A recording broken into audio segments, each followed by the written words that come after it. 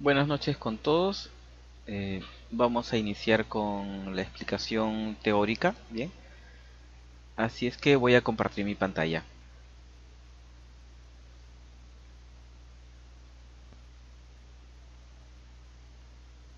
Bien. Si alguien tiene problemas con la visualización de la pantalla compartida, me avisa por favor. Ya. Ok. Entonces, lo que vamos a tratar el día de hoy corresponde al curso taller, ya, de fotogrametría con drones. Consiste en la planificación y procesamiento, planificación de vuelos fotogramétricos y el procesamiento de los datos. Recuerden que hoy día tenemos nuestra sesión teórica, ya, y la práctica la estaremos realizando el fin de semana.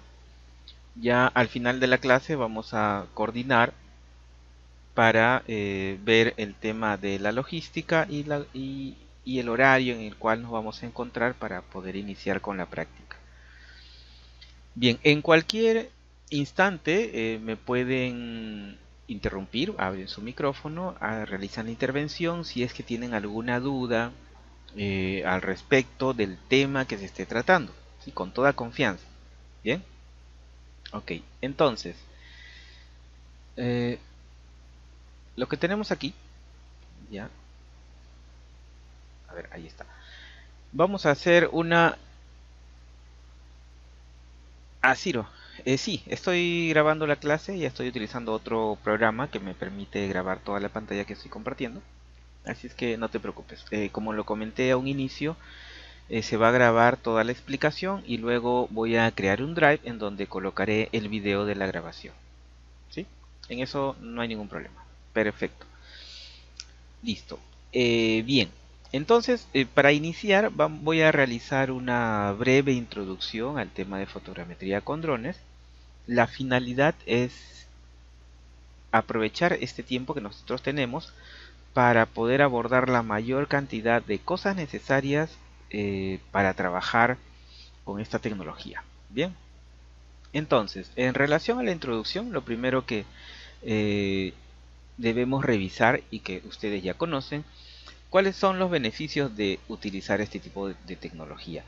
Lo principal es la reducción de costo. ¿Por qué? Porque si esto lo comparamos con la tecnología anterior en donde se realizaba vuelos fotogramétricos utilizando avionetas, eso resultaba muy costoso por el combustible, por el alquiler de la avioneta, eh, la planificación, el costo de piloto, todo salía demasiado caro. Sin embargo, al utilizar este tipo de tecnología, un vuelo fotogramétrico nos puede costar unos cuantos cientos o miles de soles, en cuanto a 5.000, 10.000 soles, dependiendo de la extensión del terreno, ¿no?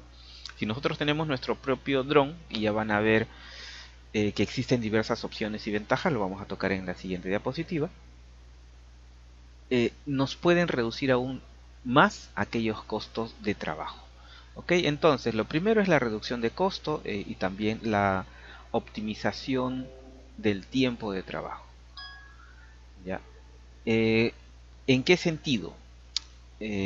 Realizar un trabajo con una brigada de topografía, ¿ya? Eh, puede demandar más tiempo y más gasto. ¿Ok? Sin embargo, al realizar un trabajo con un dron podemos abarcar mayor cantidad de área porque recuerden que el dron va a estar a una determinada altura de vuelo y por lo tanto el campo de visión va a ser mucho mayor. ¿Ok? Se utiliza tanto para supervisiones como para trabajos fotogramétricos. En cuanto a supervisiones, me refiero a realizar el vuelo manual del equipo, es decir, del dron, para poder llegar a aquellos lugares que pueden ser inaccesibles o que nos pueden demandar mucho tiempo en trasladarnos hasta dicho punto. Bien, entonces todas esas características y beneficios vamos a tener con estos equipos.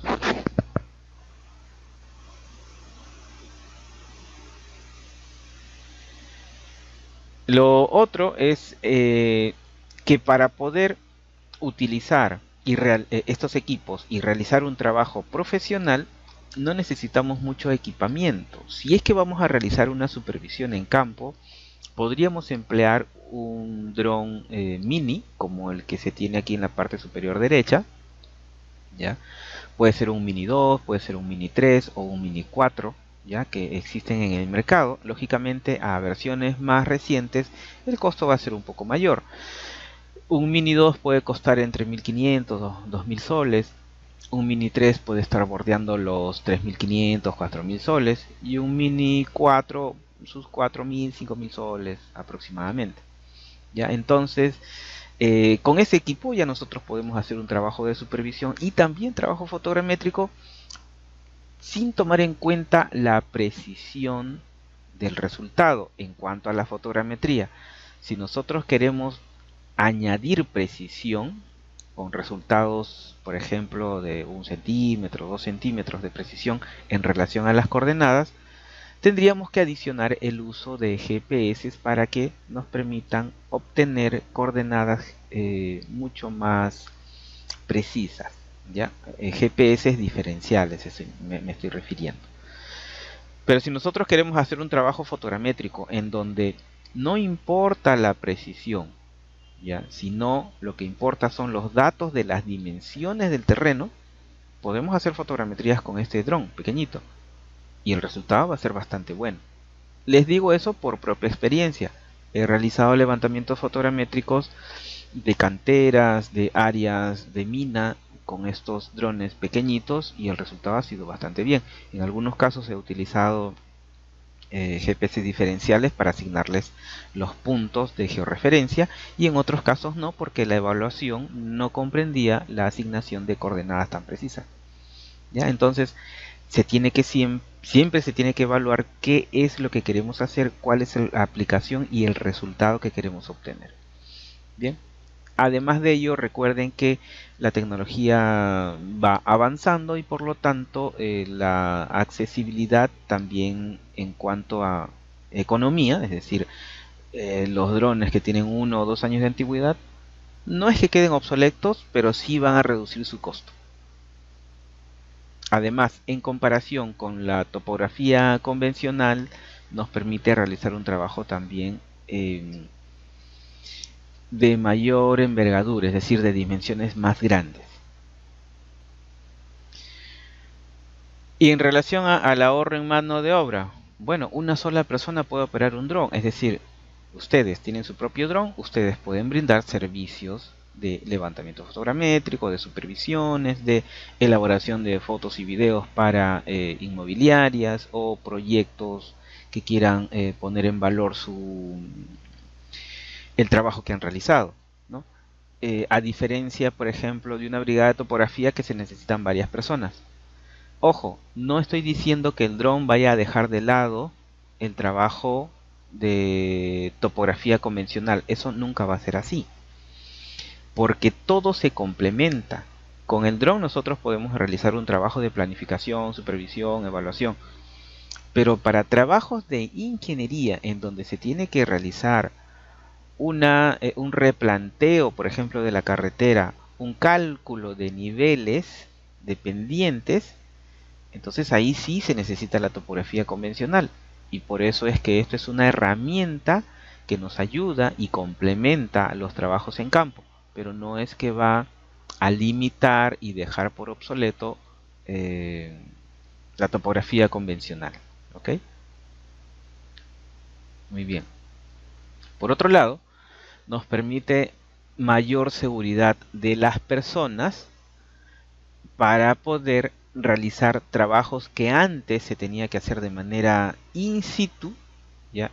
Y que muchas veces generaba riesgo. Por ejemplo, aquí en la fotografía se observa, ¿no?, que estas personas se encuentran ahí debajo del puente porque están haciendo pues una inspección de la infraestructura. Asimismo, esto se replica, por ejemplo, para los edificios, para las antenas de alta tensión, las torres de alta tensión, acceder a áreas contaminadas, ¿no? Entonces ahora se utilizan diversos tipos de drones. Podemos utilizar los drones aéreos, pero también existen los drones terrestres y también los acuáticos y submarinos. Entonces, todos estos equipos nos van a permitir llegar a aquellos lugares que antes resultaban no solamente inaccesibles, sino también peligrosos para las personas.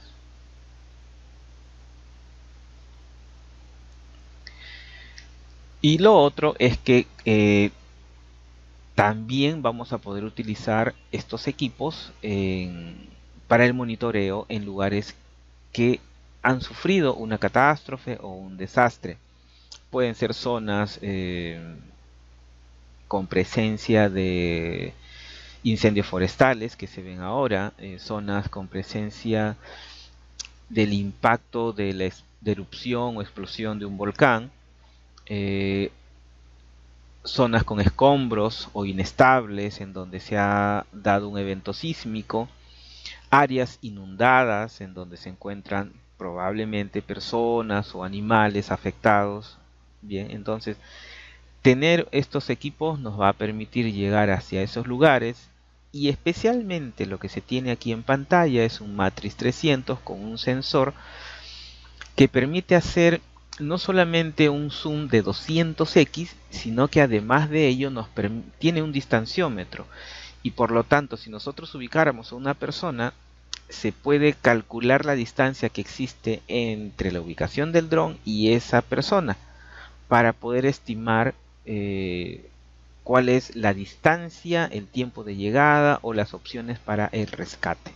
Por eso es que este tipo de equipos tienen esa particularidad. Y además, ese sensor pues también va a contar con una luz que permite realizar la búsqueda nocturna de personas extraviadas.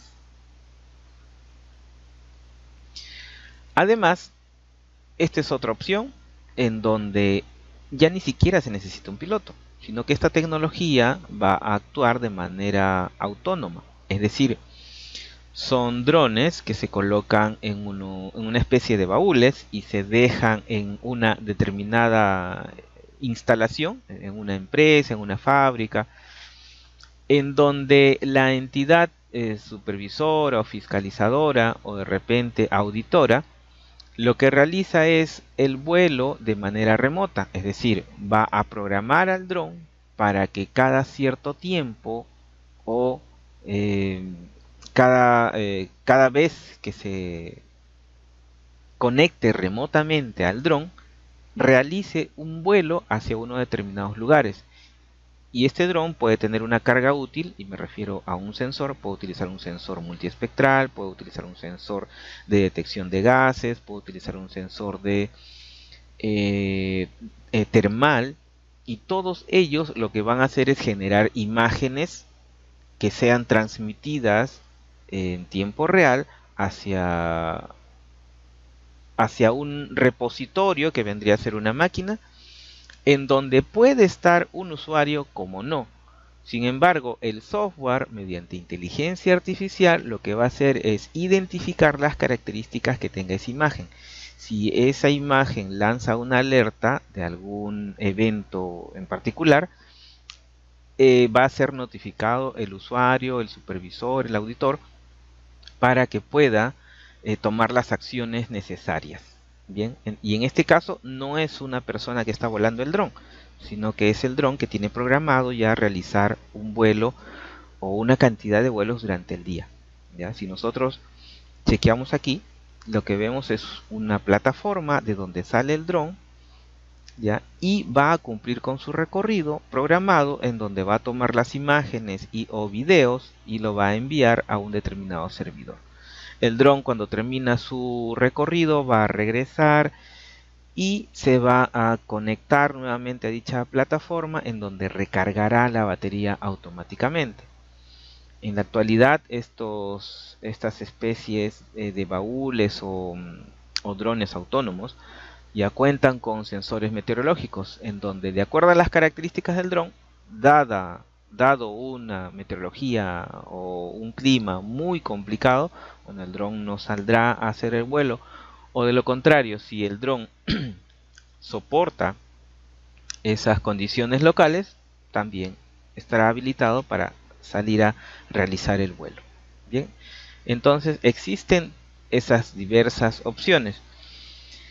Algunos tipos de aplicaciones, por ejemplo, para supervisión de obras, ¿no? Se toman imágenes de manera continua, es decir, a diario, para ver si el movimiento de tierra, si el avance corresponde a lo que se tiene planificado o programado para el proyecto.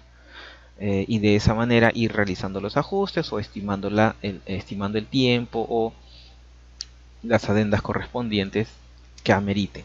Bien. Por otro lado, también de acuerdo al sensor que se utilice, se puede evaluar el tipo de las características que tiene la vegetación en cuanto a agricultura. Por ejemplo, aquí es un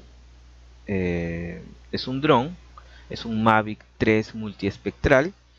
Lo que va a realizar es la toma de las fotografías no solamente en RGB. Cuando digo RGB es una foto normal, así como nosotros tomamos con nuestro celular. La cámara de nuestros celulares por lo general son cámaras RGB. Sin embargo, existen sensores que pueden captar otros valores de longitud de onda del espectro electromagnético. ¿Qué longitudes de onda? Por lo general, las longitudes del infrarrojo, que es en donde se evalúan las características de la vegetación. Entonces, este dron que tiene los sensores multiespectrales, toma la imagen y además empieza a identificar zonas con ciertas características, por ejemplo, zonas rojizas, que nos vendría a dar un indicador de que existe una problemática en la vegetación. Puede ser un problema causado por el suelo, o puede ser un problema causado por una plaga, o puede ser un problema causado por demasiada presencia de agua. Está una zona saturada y también puede generar un impacto negativo en el cultivo. Entonces, esa tonalidad, esa coloración, lo que hace es indicarnos, es decir, es un indicador de que algo está sucediendo y está complicando la salud de la planta o de la vegetación. Ya luego se tendrá que analizar en campo qué es lo que está sucediendo para tomar las acciones correspondientes.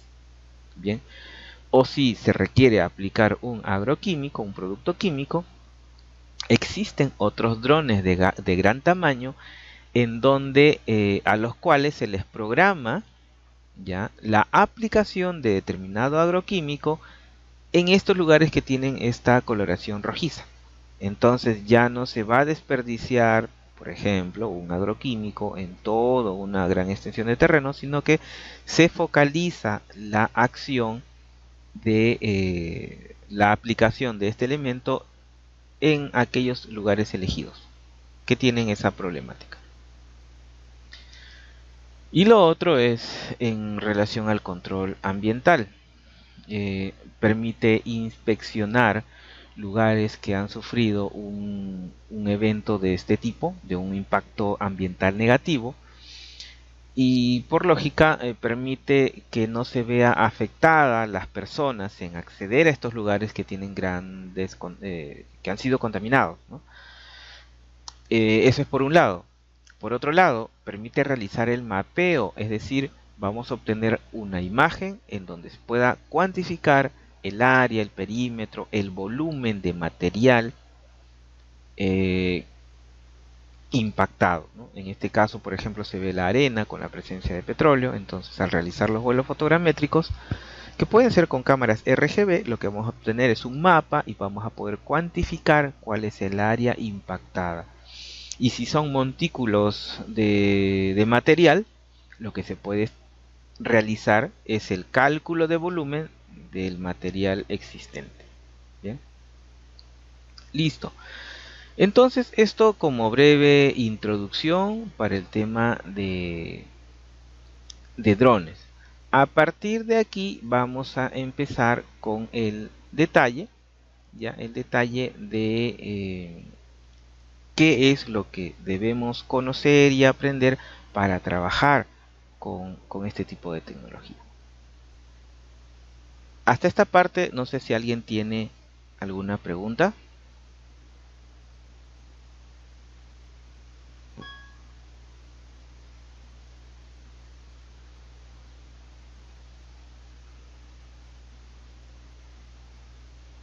Bien, entonces vamos a seguir. ¿Ok? Entonces, lo que nosotros vamos a notar aquí en los tipos de RPA que existe una diferencia entre cada uno de ellos y tienen sus propias ventajas y desventajas. Bien. Muy bien, entonces eso es a grandes rasgos. Vamos a revisar cuál es la característica de estos tipos de RPA. Y en base al trabajo particular de cada uno, el trabajo o la aplicación que le querramos dar,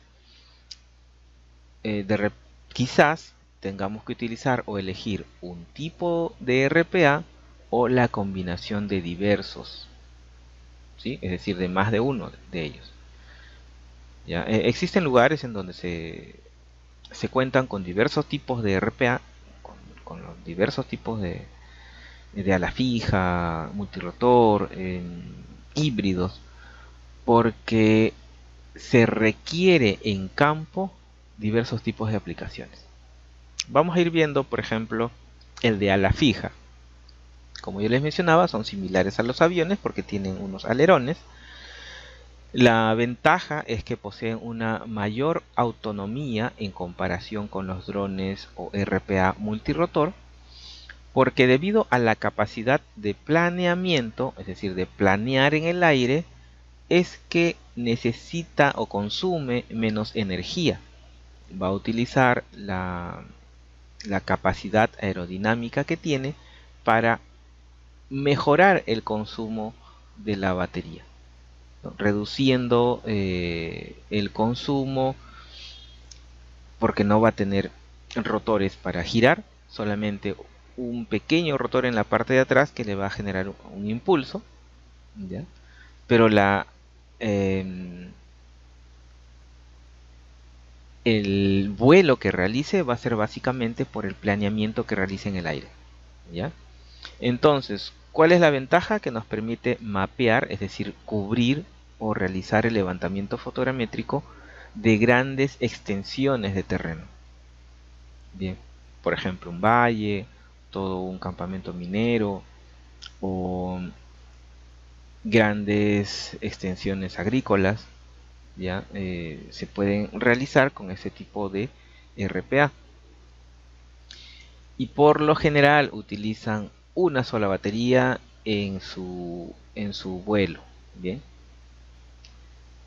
Como les mencionaba anteriormente, la desventaja es que no pueden realizar vuelos estacionarios. Si nosotros lo queremos llevar hacia una torre de alta tensión y que se quede volando para identificar alguna problemática, eso no lo puede hacer.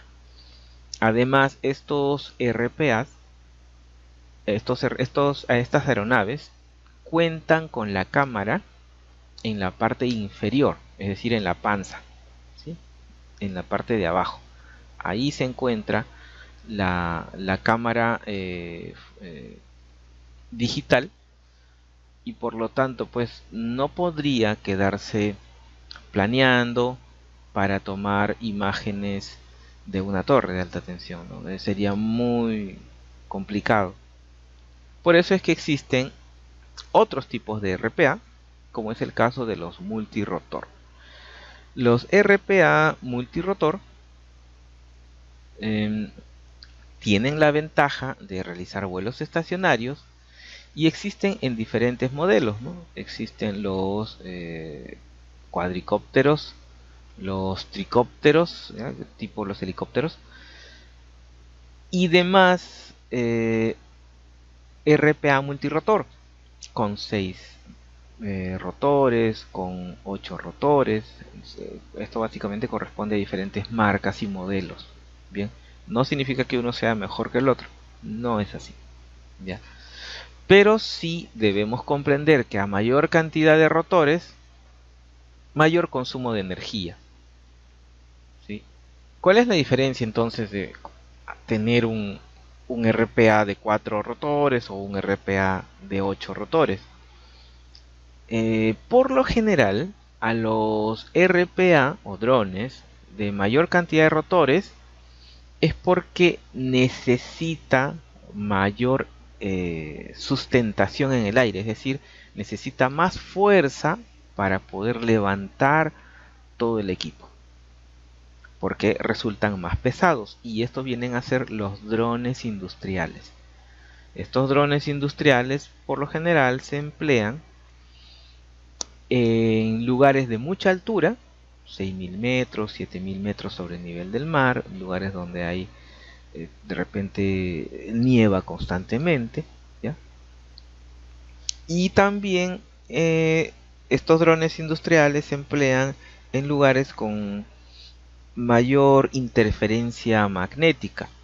Por ejemplo, las centrales hidroeléctricas o aquellos lugares, estaciones eléctricas, ¿no? Por ejemplo, ¿ya? Eh, entonces, vemos que hay un inconveniente o una limitación con este tipo de drones. Es la batería, ¿no? Porque la batería por lo general está alrededor de los 20 a 30 minutos de duración. En algunos casos puede durar un poquito más, en otros casos menos, ¿ya? La limitante es la batería. ¿Sí? Hay RPA que se colocan dos baterías a la vez, ¿sí? Consume una, se va acabando, consume la otra. Puede dar una mayor autonomía en el aire, pero esa mayor autonomía no va a pasar de los 40 minutos. En teoría son 45, 47 minutos según los datos del fabricante. Pero ¿qué es lo que sucede? Que estos RPA están configurados para que cuando se queden con 20% de batería retornen al punto de donde partieron. Por lo tanto, ahí también se tiene esa desventaja eh, de tiempo, ¿no? El tiempo de autonomía en el aire, ¿ya? Y ahora, ¿por qué debe regresar cuando tiene un 20%? Porque lo que hace la máquina, lo que hace el software es asegurarse de que le quede la suficiente batería para regresar al punto de donde partió. Y si se encuentra muy lejos, ¿qué es lo que va a suceder? Va a aterrizar de manera, es decir, va a empezar a descender de manera vertical al punto más cercano que tenga. Entonces, si nosotros estamos en un parque y enviamos al dron hasta, no sé, el río, entonces en ese proceso de traslado hacia el río puede realizar mucho consumo de batería. Y después de eso, si nosotros empezamos a hacer toma de fotos y videos, va a seguir consumiendo batería. Cuando ese equipo llegue al 20%, automáticamente va a empezar a regresar. Pero si se encuentra demasiado lejos, los cálculos que realiza en cuanto a tiempo de desplazamiento, la distancia y la batería que le queda, de repente estima que no va a llegar. En ese caso, lo que hace el dron es automáticamente desciende vertical hacia el terreno en el lugar que sea.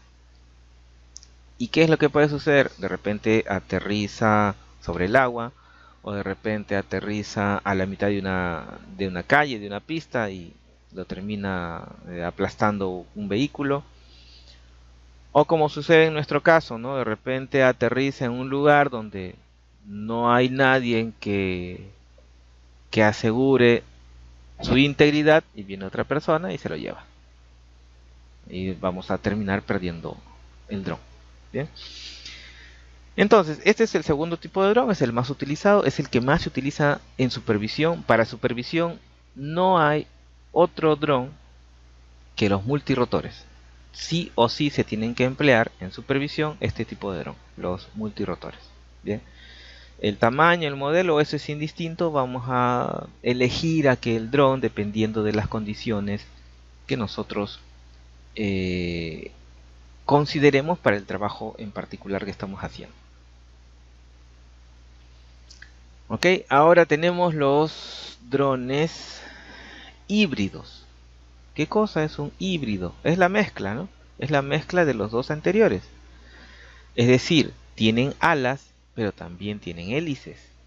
Bien. ¿Qué sucede con este tipo de RPA?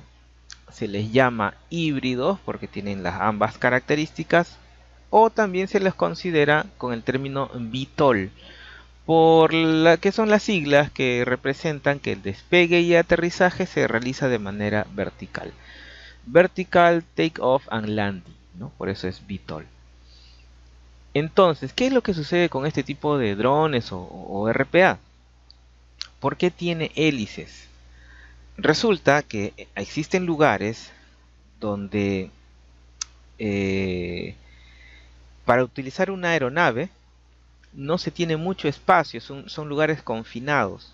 Entonces el dron tiene que despegar verticalmente y una vez que alcanza una determinada altura, se puede comportar como un avión. Entonces el dron gira, se coloca paralelo a la superficie y empieza a volar como si fuera un avión. Bien, despega como si fuera un helicóptero, pero vuela como si fuera un avión. ¿Ya? Esa es la particularidad que tienen este tipo de drones o RPA. ¿Ya? ¿Y por qué les digo en lugares confinados? Resulta que si nosotros queremos utilizar una aeronave de ala fija, debemos tener un espacio suficiente tanto para el despegue como para el aterrizaje, porque estos drones, al no tener hélices para el despegue y aterrizaje, ¿qué es lo que necesitan? Necesitan tener un campo de aterrizaje, es decir, bastante extensión de terreno despejado para que alcen vuelo y asimismo para que aterrizan de panza. Ninguno de ellos tiene llantitas ni, ni ningún elemento que los proteja. Todos ellos aterrizan de panza. En algunos casos los operadores los sujetan en el aire para que no se choquen ni colisionen cuando aterricen, ¿ya? Este tipo de drones son eh, los que más se destrozan o los que más sufren el problema de colisión. ¿Por qué? Porque al momento del aterrizaje a veces se van de panza y terminan chocándose con alguna piedra o con algún elemento, algún obstáculo en el terreno, porque necesitan una mayor dimensión para aterrizar. Entonces la ventaja con los híbridos es que van a despegar y van a aterrizar de manera vertical, pero el levantamiento lo van a realizar como si fuera un avión, ¿ya? Entonces tiene esas ventajas. Ya que tiene multirotor, se podrá emplear para realizar supervisiones, es decir, vuelos estacionarios. No, no, porque recuerden, la cámara igual se encuentra en la panza, se encuentra en la parte de abajo. Entonces no se podría utilizar para realizar trabajos de supervisión o vuelos estacionarios que nos permitan obtener imágenes y videos de un determinado lugar. Entonces de ese equipo no. Listo. ¿Qué dicen ustedes? ¿Qué dron debemos elegir? ¿Cuál nos vamos a comprar? ¿El de 2.000 soles? ¿El de 25.000 dólares? Hay uno de 230.000 soles, ¿no? ¿Cuál nos va a servir? Bueno, va a depender del proyecto que estemos realizando. Va a depender de los resultados que querramos obtener. Recuerden que los drones mini, miren ustedes, eh, son bastante pequeños, son ligeros, pesan 249 gramos y son más económicos. ¿Nos va a permitir realizar trabajos de supervisión? Sí, son multirotor. ¿Nos va a permitir realizar trabajos de levantamiento fotogramétricos? Por supuesto, la cámara gira 90 grados y los software de planificación de vuelo fotogramétrico los reconocen. Muy bien. ¿Cuál sería la desventaja? La desventaja es que no son drones industriales. Si queremos hacer una supervisión en lugares donde hay torres de alta tensión, entonces el magnetismo del lugar sí le va a complicar el vuelo, es decir, va a perder la comunicación entre el dron y el control remoto. Bien, los drones industriales sí tienen esa ventaja que se pueden realizar los vuelos en esas zonas que son un poco más complicadas, ¿ya? Bueno, entonces puede ser un Mini o pueden ser los drones tipo Phantom o los Mavic. Dentro de los Mavic existen diversos, el Mavic Enterprise, el Mavic Multiespectral, el Mavic Thermal, ¿no? Estoy hablando del Mavic 3. Cada uno de ellos tiene sus ventajas también, ¿no? Por ejemplo, si queremos hacer un trabajo de análisis de vegetación, sí o sí necesitamos un Mavic 3 multiespectral, que son los más... Recuerden que eh, son esta, estos drones pertenecen a la marca DJI y la marca DJI son los que más se han introducido al mercado, no solo al mercado nacional, sino en la mayoría de países. Entonces, es lo que yo he colocado aquí también, pero existen otras opciones, ¿ya? Por ejemplo, este de color naranja se llama Wintra One, no pertenece a DJI. Igual, este otro eh, equipo, este otro dron, el Quantum Infinity, eh, tampoco pertenece a DJI. A la fecha, si ustedes se percatan, DJI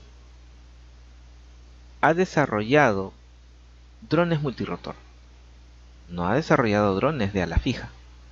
Los drones de ala fija o los híbridos son de otras marcas, pero los drones multirotor sí tiene mucho impacto en el mercado nacional e internacional la marca de DJI. Ya, eso no significa que no existan de otra marca, no, sí existen, pero tanto han abarcado el mercado que ha permitido que se reduzcan los costos, generando mayor accesibilidad a los usuarios. Bien, listo. Entonces, para elegir un dron, dependiendo del presupuesto, dependiendo de qué es lo que necesitemos hacer en el trabajo, es decir, vamos a trabajar analizando vegetación, agua, suelo, dron multiespectral. No vamos a hacer eso, queremos solamente mapear el territorio y obtener ortofotos o mapas. Puede ser un dron RGB. ¿Cuál de ellos? Bueno, va a depender, como les digo, del presupuesto que tengamos o de qué tan extenso es el trabajo que vayamos a realizar. Son áreas pequeñas, no sé, 100, 200 hectáreas. Puede ser con los mini, no hay ningún problema. Son áreas más grandes, 1000 hectáreas, 5000 hectáreas. Necesitamos drones más, de mayor envergadura también. Ya. Ahora, si son grandes extensiones de terreno, bueno, tendríamos que evaluar si vamos a trabajar con un multirotor o de lo contrario con los de ala fija. ¿Ya? Esto también se tiene que evaluar. ¿Qué opciones existen? Bueno, existen drones industriales como los Matrix 300 o Matrix 350 RTK. Se utilizan para inspeccionar grandes infraestructuras, ¿no? Son robustos y tienen la capacidad de tener un poco más de autonomía de vuelo, ¿ya? O los Mavic, ¿no? Los Mavic 3 Enterprise, multiespectral, thermal, ¿no? Que aquí no se menciona, pero existen todos estos modelos. Y que se puede rescatar que la cámara de estos equipos tienen muy buena resolución y muy buena, muy buen detalle de colores. Los colores van a ser más vívidos y permiten representar con un mejor realce del rango dinámico de las imágenes tomadas. Las imágenes tomadas de cualquier lugar.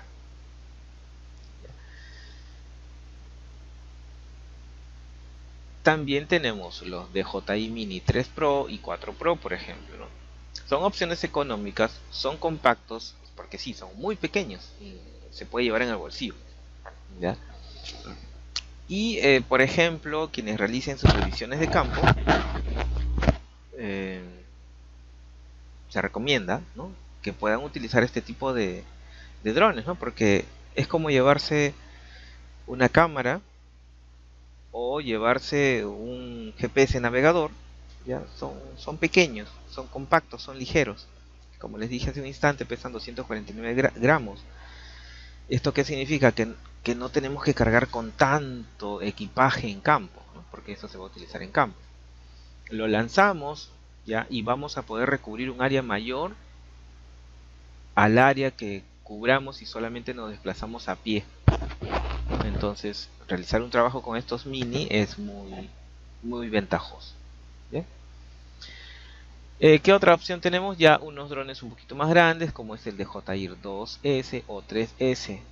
La ventaja de esto que posee vuelos inteligentes, su cámara es de alta calidad y también posee sensores de detección de obstáculos. Los mini no todos tienen sensores de detección de obstáculos.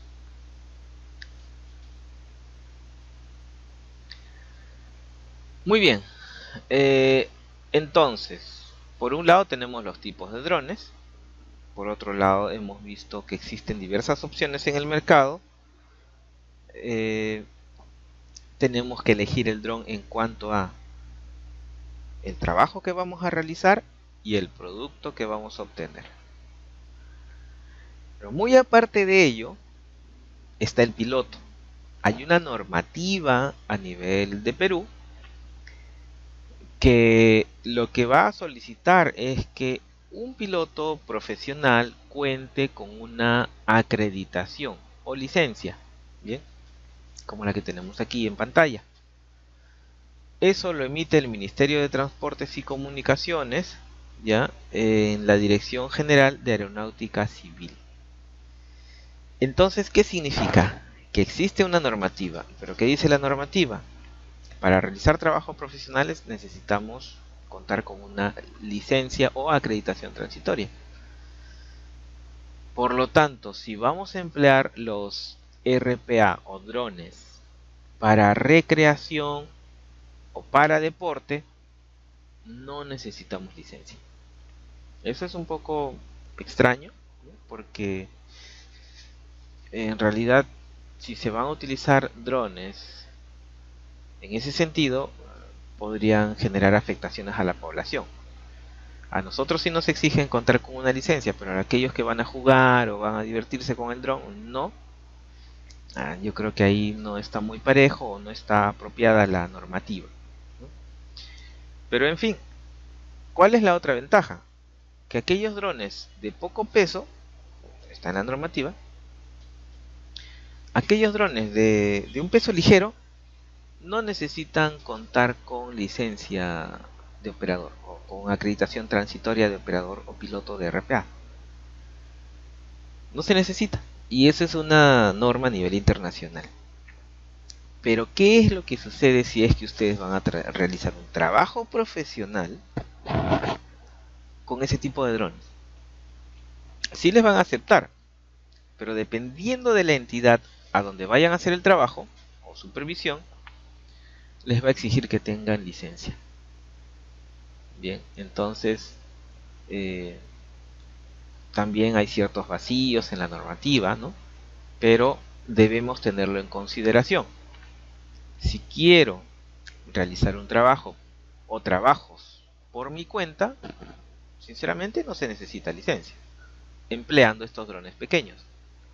Pero si voy a hacer un trabajo profesional, ya con drones un poco más de mayor envergadura, incluyendo los drones topográficos como los Phantom RTK, los Mavic 3, Enterprise, multiespectral, para eso sí necesitaré licencia.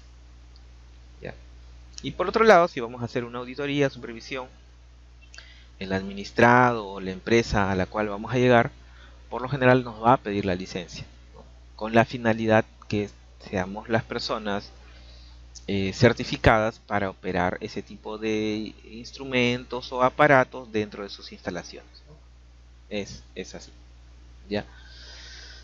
Bien, además de esa información en relación a la normativa, ¿ya? También se tiene otras consideraciones que están indicadas ahí, como por ejemplo, no se pueden realizar sobrevuelos en zonas restringidas. ¿Cuáles son estas zonas restringidas? Aquellas zonas que están cerca a los aeropuertos, instalaciones militares o reservas naturales. ¿Qué es lo que va a suceder si nosotros nos vamos a una zona cerca al aeropuerto? Encendemos el dron encendemos el control remoto y nos va a salir un mensaje en pantalla que no se puede volar porque es una zona restringida. Así de simple, no va a volar el dron. Y eso nosotros lo podemos notar en el mapa. ¿Y qué pasa si estamos sobrevolando sobre instalaciones militares? ¿Qué creen que puede suceder?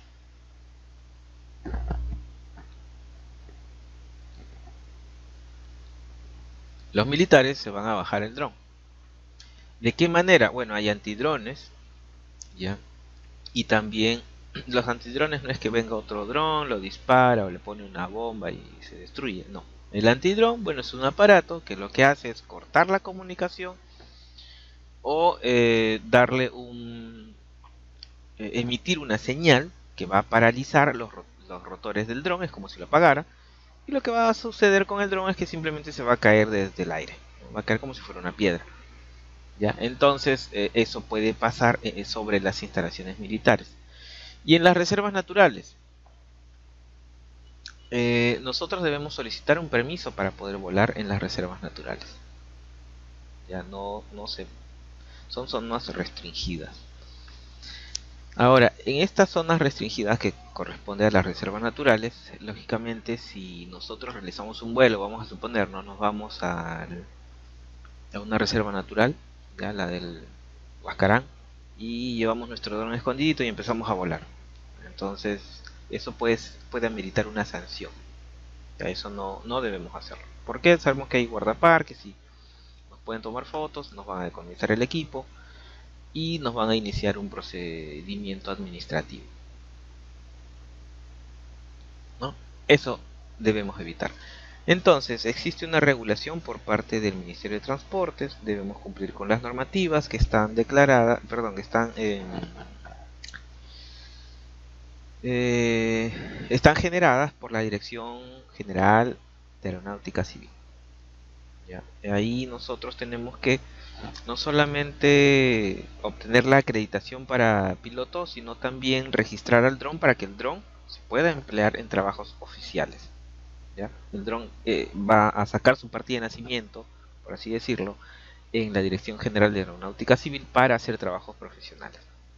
Y por otro lado, también hay una normativa, lógicamente la normativa tiene sus pros, sus contras, sus vacíos, ¿no?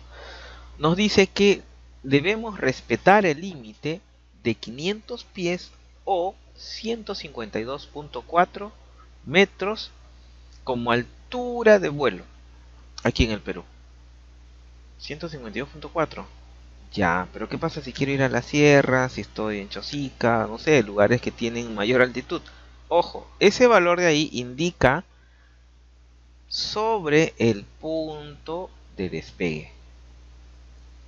Nosotros podemos estar, no sé, en el patio de nuestra casa y la altura máxima de vuelo, respetando la normativa, tendría que ser 152.4 desde el punto de despegue. Sin embargo, también nos podríamos ir a la azotea del Westin, ¿no? Que es uno de los edificios más altos, o a la azotea del Banco de la Nación, creo que en la actualidad es el edificio más alto, y desde ahí volarlo 152.4. En realidad vamos a estar dentro de la norma. Pero sin embargo, podríamos estar eh, invadiendo espacio aéreo que puede ser alguna ruta de helicóptero o de una avioneta o de un avión. Y no le, bueno, lo peor que le puede pasar al dron es que se va a chocar. Pero lo peor que le puede ocasionar a las otras aeronaves, helicópteros, avionetas, aviones, es una fatalidad, ¿no? Porque un accidente aéreo les va a desencadenar pues en fatalidades, ¿no? Entonces, por eso, debido a que no debemos invadir espacio aéreo, es que existe esta restricción. Pero como les digo, también hay un vacío, ¿no? Porque si nos vamos a una torre muy alta, vamos a estar dentro de la norma, pero podemos incluso ocasionar accidentes. Bien, hasta esta parte, ¿alguna pregunta? ¿Ninguna? Ok. Siendo las 8 de la noche, vamos a hacer una pausa de solamente unos 15 minutos. Ya, perdón, 5 minutos, no 15, ya me confundí. No es la universidad. Ya, vamos a hacer una pausa de 5 minutos nada más y retomamos. Así es, Álvaro. Hacemos una pausa, retomamos en 5 minutos para seguir conversando sobre este tema de drones. A continuación ya vamos a ver cada vez un poco más específico los temas. Pero sí es importante o sería importante si es que ustedes tienen alguna duda o algo que quisieran aclarar, algo que han visto en internet, en el TikTok, no lo sé, que les ha generado esa inquietud, lo podemos conversar aquí para detallar al respecto. Bien, entonces 5 minutos y retomamos.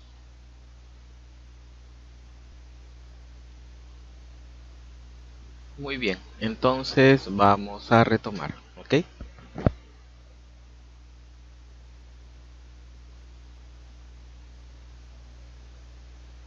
Listo, ya deberían estar viendo mi pantalla, así es que ahora sí, lo que vamos a ver a continuación ya es en relación a todo el trabajo que se debe realizar en cuanto a eh, la fotogrametría con drones. Vamos a ir revisando algunos conceptos, vamos a ir revisando algunos conceptos básicos ya necesarios para entender este tipo de trabajo.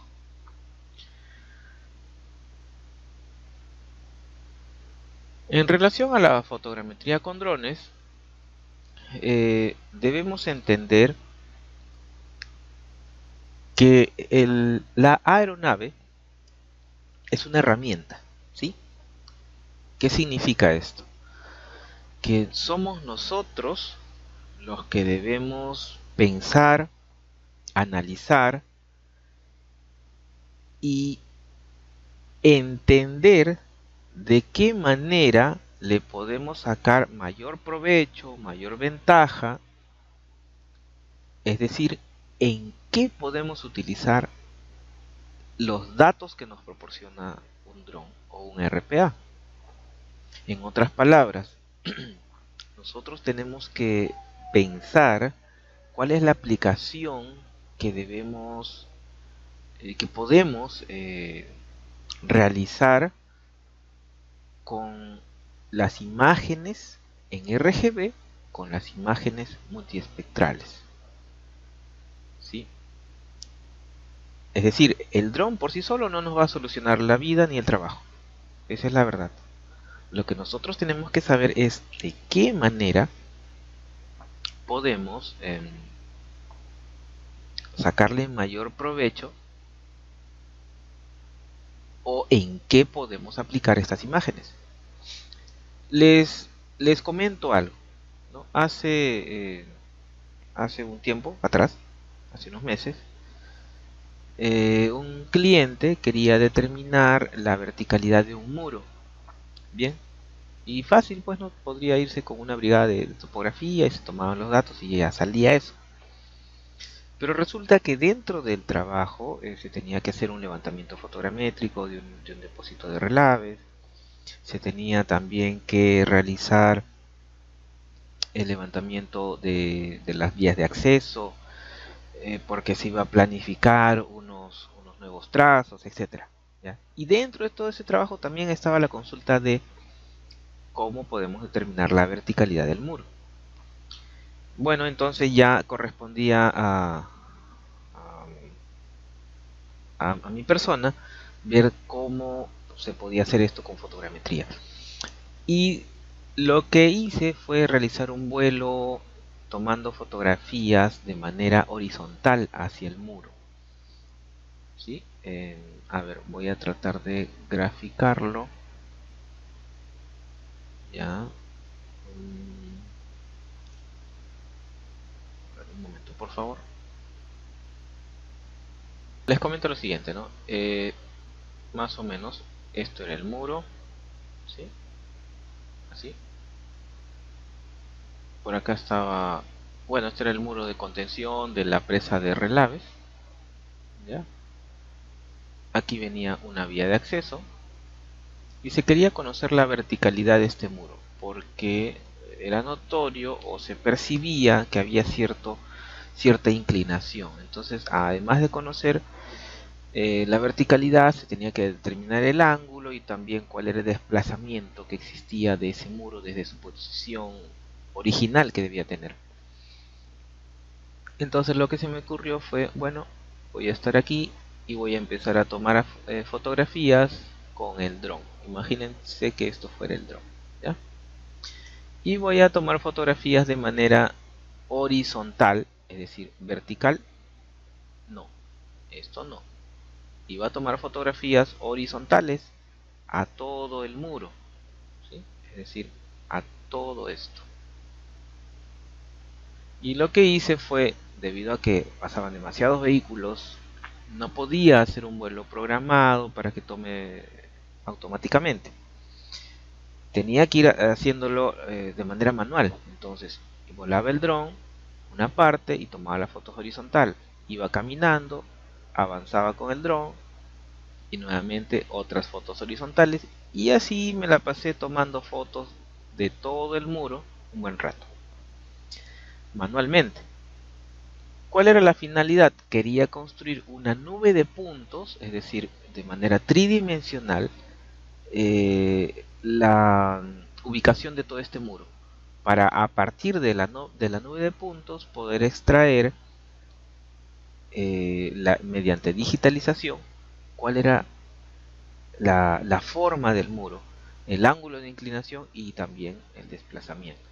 ¿Ya? Entonces, y salió un buen trabajo, o sea, el resultado fue aceptado. ¿Ya? Entonces, lo que yo les quiero decir es lo siguiente y que está remarcado aquí. Lo que hace un dron o un RPA es obtener fotografías. Solo saca fotografías, siguiendo un plan de vuelo o de acuerdo a cómo nosotros lo utilicemos. Pero el dron no nos va a calcular el ángulo, no nos va a calcular la distancia de desplazamiento, no nos va a calcular cuál es, si está vertical o no está vertical el muro. Eso no va a hacer el dron.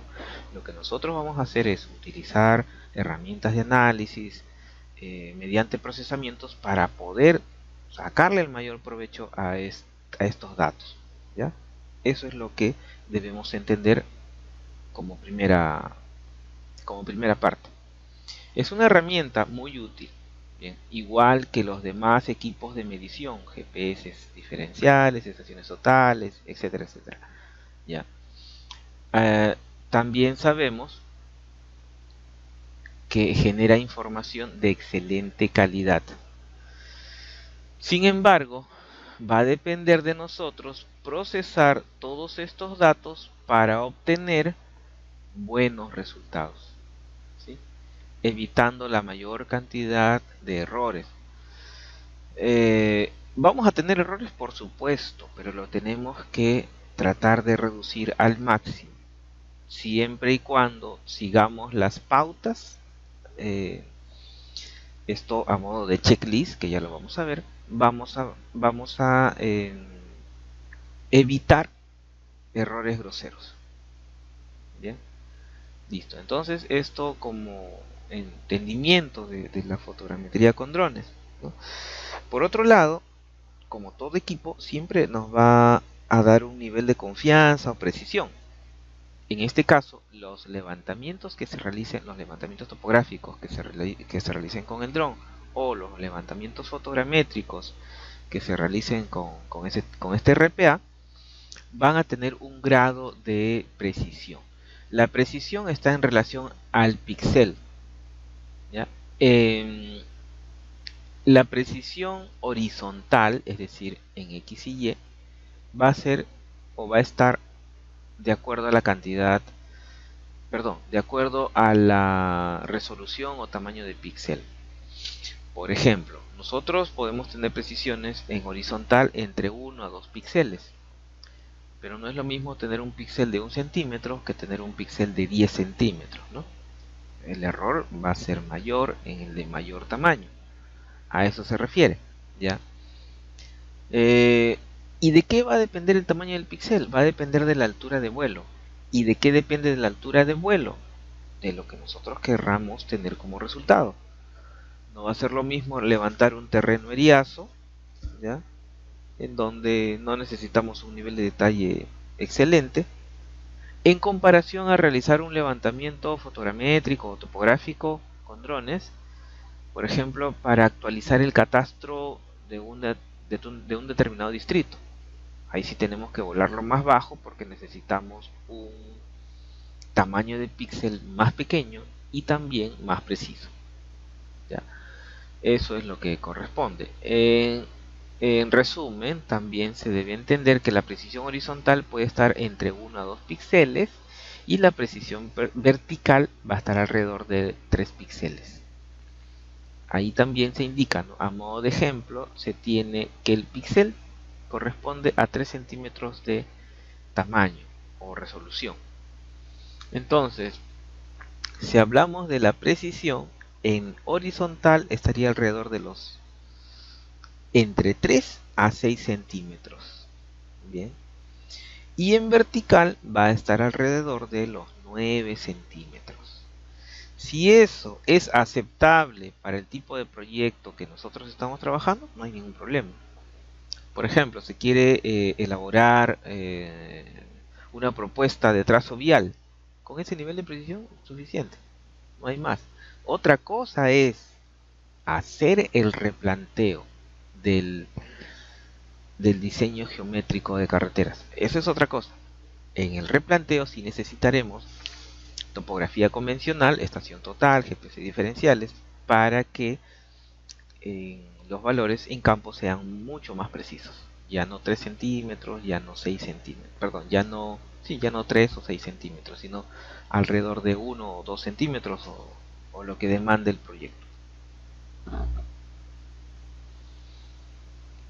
Pero para llegar a estas precisiones no solamente se tiene que tomar en cuenta el tamaño del píxel, es decir, la altura de vuelo, sino también el uso de puntos de apoyo fotogramétrico. ¿Qué son estos puntos? Son coordenadas en el terreno que se miden con los receptores GNSS, es decir, con los GPS diferenciales.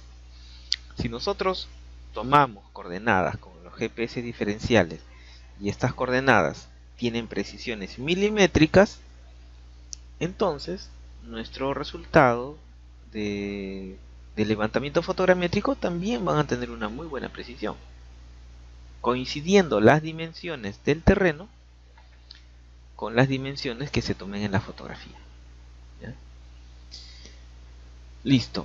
Eh, entonces, vamos a revisar ahora de qué trata los puntos de apoyo fotogramétrico. ¿Bien?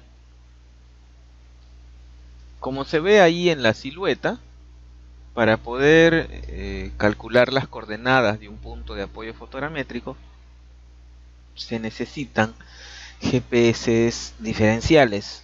El término apropiado o correcto es receptor GNSS de tipo diferencial, ¿no? Eso es lo que debemos emplear. Bien, entonces, ¿qué son los PAF o puntos de apoyo fotogramétrico? Son marcas en el terreno que tienen una determinada coordenada. Estas marcas nosotros las definimos en el terreno, ya nos van a servir para georreferenciar las imágenes, las fotos, ya. Y con estos puntos de apoyo fotogramétrico, con ese trabajo de campo, lo que se va a conseguir es darle mayor precisión a los resultados de la foto. ¿Ya? Entonces, los puntos de apoyo fotogramétrico lo que hacen es darle precisión a todo el trabajo de levantamiento que estamos haciendo con el dron. ¿Ya? Los PAF deben colocarse en el terreno y deben ser identificables en la fotografía, es decir, fotoidentificables. ¿Ya? De nada nos serviría colocar un punto de apoyo fotogramétrico y que no se note en la imagen. Eso sí, vamos a tener bastante cuidado. ¿Ya?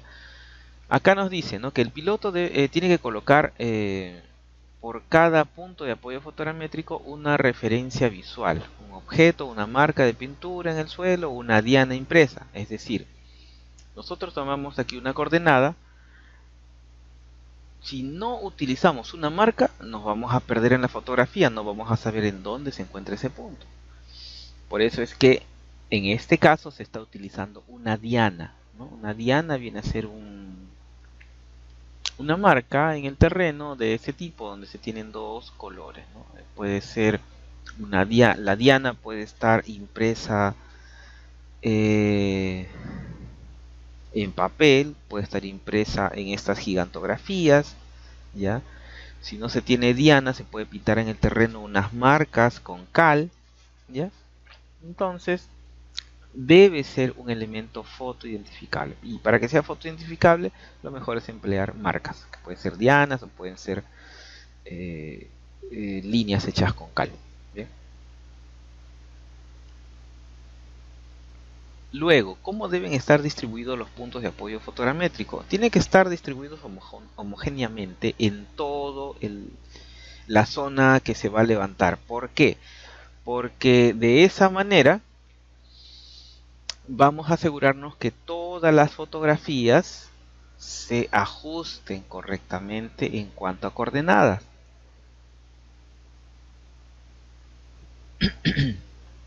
De lo contrario, si nosotros colocáramos, miren, una diana aquí, otra por acá, otra aquí, otra acá, solamente estamos colocando las dianas en esta parte, es decir,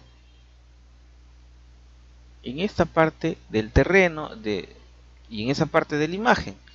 Por lo tanto, esta zona se va a ajustar bien, pero lo demás se va a terminar distorsionando. ¿Sí? Para evitar ese tipo de errores, lo que tenemos que hacer es colocar los puntos de apoyo fotogramétrico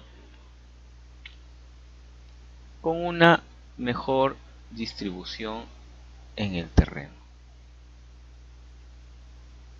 ¿Bien? Eso.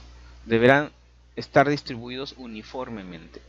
Cuanto mayor y más complicada sea la zona, más puntos de apoyo fotogramétrico se necesitarán. Ya, eso también hay que tenerlo en cuenta.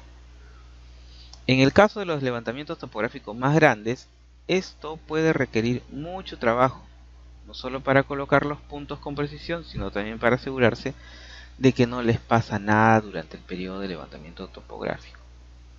Este tipo de trabajo es lo que se estila a realizar casi siempre, bien, porque genera mejores resultados. Listo. Entonces, ahora, ¿cómo debemos establecer dónde los ubicamos? ¿No? Si bien es cierto que aquí en la imagen hemos dicho hay que colocarlos de manera distribuida y homogénea, pero ¿dónde y cuántos? Entonces ahí hay que tener otro tipo de criterio, ¿ya? Lo primero que nos dice es que debemos determinar el área de levantamiento topográfico y colocar los puntos habiendo generado una cuadrícula o una malla. De esa manera vamos a distribuir mejor los puntos de apoyo fotogramétrico. ¿Ya? Generando una malla con una distancia homogénea, nos va a permitir colocar esa cantidad de puntos ahí en nuestro croquis. ¿Ya? No significa que exactamente todos estos van a ser puntos de apoyo fotogramétrico. Sin embargo, sí nos permite identificar que están homogéneos, que están bien distribuidos. Luego, si ya depende de nosotros, de repente borrar algunos que quizás no se vayan a utilizar, no lo sé, ¿no? Habría que elegir de manera correcta. ¿Ya? Ya está. Ahora, ¿cómo debemos establecer los puntos de apoyo fotogramétrico para realizar los trabajos de fotogrametría? Acá nos dice si es que utilizamos una carga útil PPK o RTK. Esto está en relación a cómo vamos a obtener las coordenadas para nuestras imágenes, ¿no? De repente el dron tiene un módulo, es decir, tiene una antena GPS que nos permite enviar las correcciones en tiempo real, es decir, para hacer RTK, y por lo tanto el resultado, es decir, las fotografías ya van a estar georreferenciadas, ¿sí? Eso podríamos hacerlo mediante RTK. Lo que nos dice también es que por cada 2 kilómetros cuadrados no necesitamos más de 4 puntos de apoyo fotogramétrico, ¿ya? Sin embargo, si la topografía es muy variada, es muy agreste, tiene altos y bajos, tiene pendientes pronunciadas, en ese caso vamos a necesitar más puntos en el terreno, ¿ya?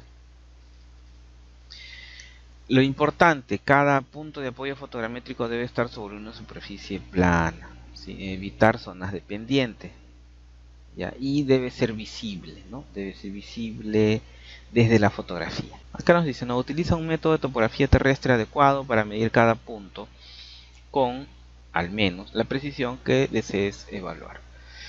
Lo que quiere decir esto es, si vamos a tomar coordenadas en el terreno, estas coordenadas deben mantener la precisión que exige el proyecto. De lo contrario, pues no vamos a obtener un buen resultado, ¿ya? Pueden haber problemas de iluminación cuando trabajamos con los drones. De repente es una imagen muy oscura o el ambiente es muy oscuro, ¿ya? Y eso, ese problema de iluminación va a generar errores o puede generar errores. Porque no sé si ustedes se dan cuenta que ahí tenemos una marca realizada en el terreno. ¿Lo ubican?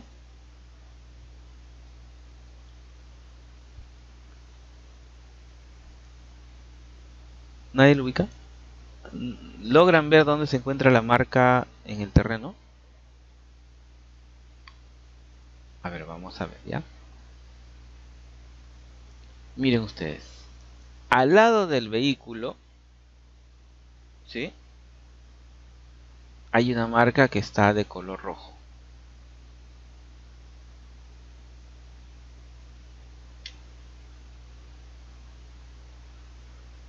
Aquí está. Y aquí está.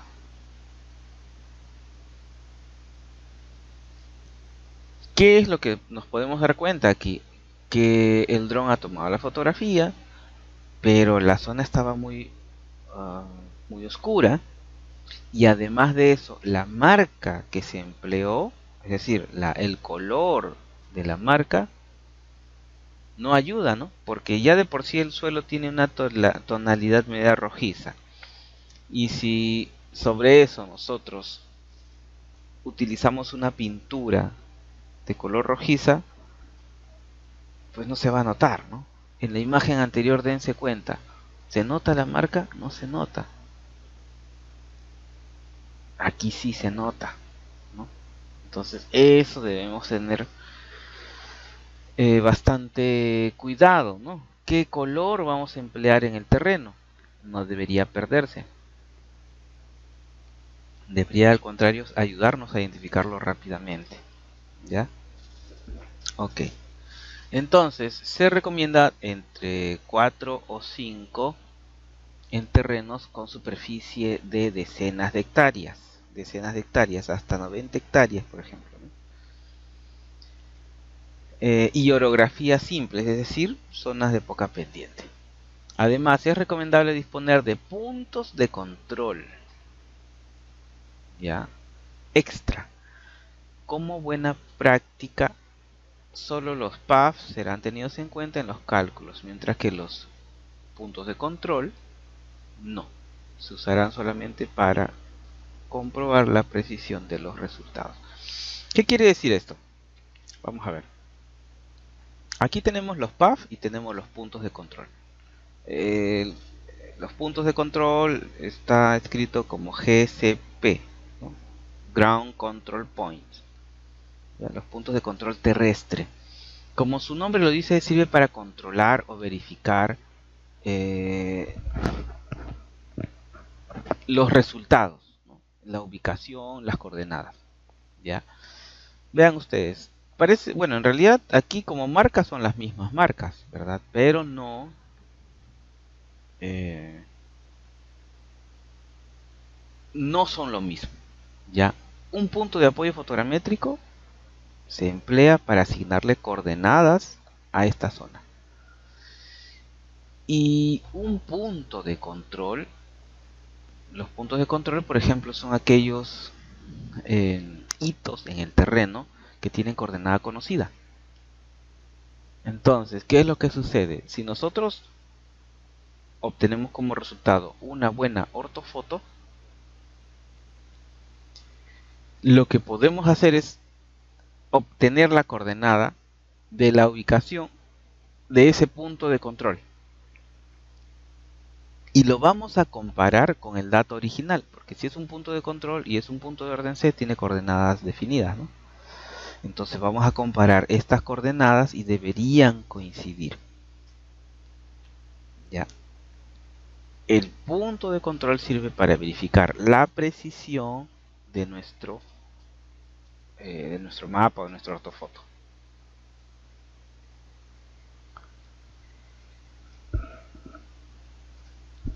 Ahora tenemos otro elemento que se llama GSD, Ground Sample Distance. El GSD, ahí como podemos ver en la imagen, viene a ser la distancia que se mide entre el centro de un píxel y su vecino, ¿no? El centro de un píxel, tenemos luego el vecino, se toma la ubicación del centro del píxel y se determinan las distancias. ¿Ya? Pero ¿para qué nos sirve el GSD?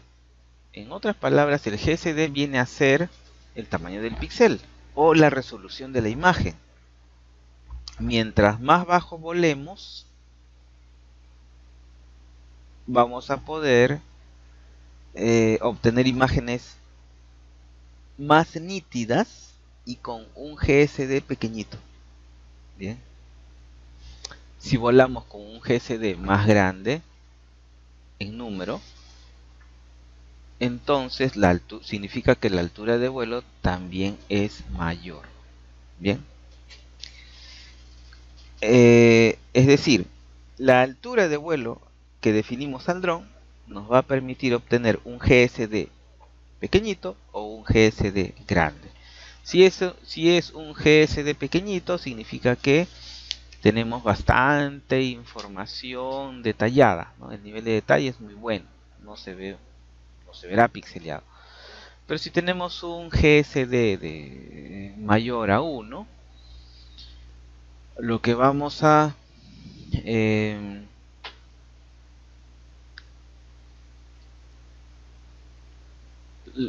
observar ya es que tenemos menos precisión también en los resultados de la imagen.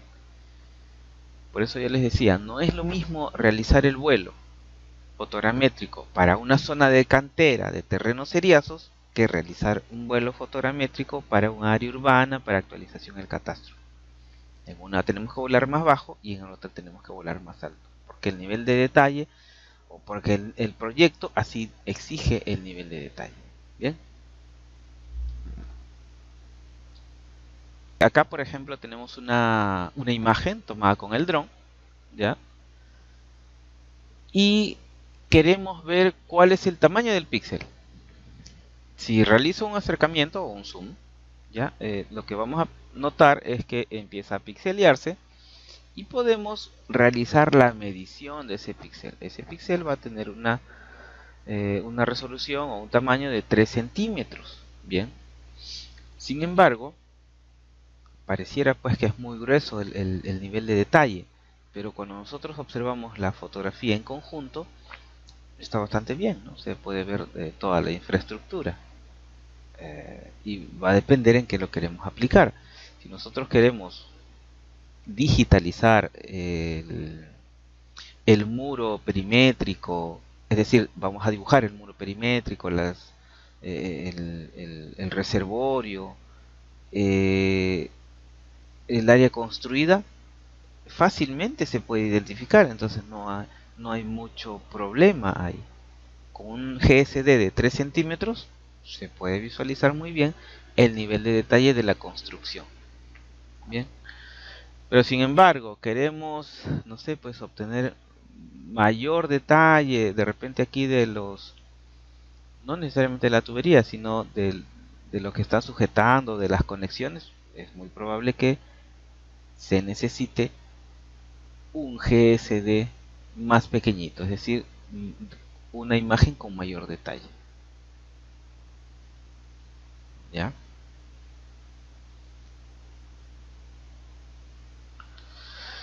Entonces vamos a evaluar dos términos, uno que corresponde a la precisión relativa y otro que corresponde a la precisión absoluta. ¿Qué quiere decir esto? Imagínense que realizan ustedes un vuelo con el dron, ¿ya? Y no le colocaron los puntos de apoyo fotogramétrico. Entonces, el resultado va a ser una ortofoto, pero que no va a estar bien georreferenciada, va a estar movida, ¿ya? Sin embargo, si lo hemos volado a una altura apropiada, podríamos obtener como resultado que las dimensiones de la foto corresponden a las dimensiones del terreno, ¿ya? Por lo tanto, en ese caso va a tener una alta precisión relativa, pero una baja precisión absoluta. En otras palabras, la precisión relativa, ¿ya?, está viene dada por las dimensiones de la fotografía que tienen poca distorsión, poco error con respecto a las dimensiones reales en el terreno. En otras palabras, si coincide la medida del terreno y con la medida obtenida de la foto, está muy bien. Eso significa que tiene una alta precisión relativa, ¿ya? Y la precisión absoluta viene dada por la ubicación, es decir, cuando se utilicen coordenadas tomadas con GPS diferencial, sí vamos a poder obtener una mayor precisión absoluta, ¿ya? Son términos que se utilizan para saber si es que el resultado ha sido generado con puntos de apoyo fotogramétrico o sin puntos de apoyo fotogramétrico.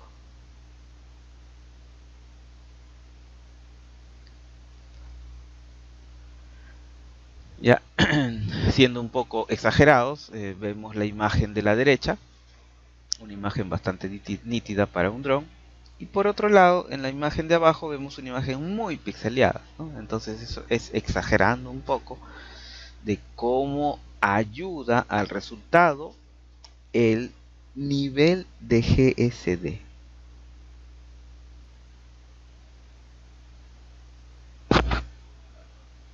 En relación al flujo de trabajo, acá tenemos lo siguiente. Para poder realizar un flujo de trabajo para el levantamiento fotogramétrico, necesitamos ciertos pasos o ciertas pautas, ¿ya? Por ejemplo, antes de salir a campo, nosotros deberíamos revisar en gabinete qué información existe del terreno. Si es accesible o no es accesible, hay puntos de orden C, no hay puntos. Cómo vamos a tener más información del lugar donde se va a trabajar, ¿ya? Una vez que se tenga esa información, podemos realizar la planificación de vuelo y por consiguiente la preparación de los equipos y accesorios para que vayan a campo. Ya, vamos a ver. Voy a abrir el Google Earth. Nosotros vamos a irnos a realizar las prácticas en Cañete. Ya.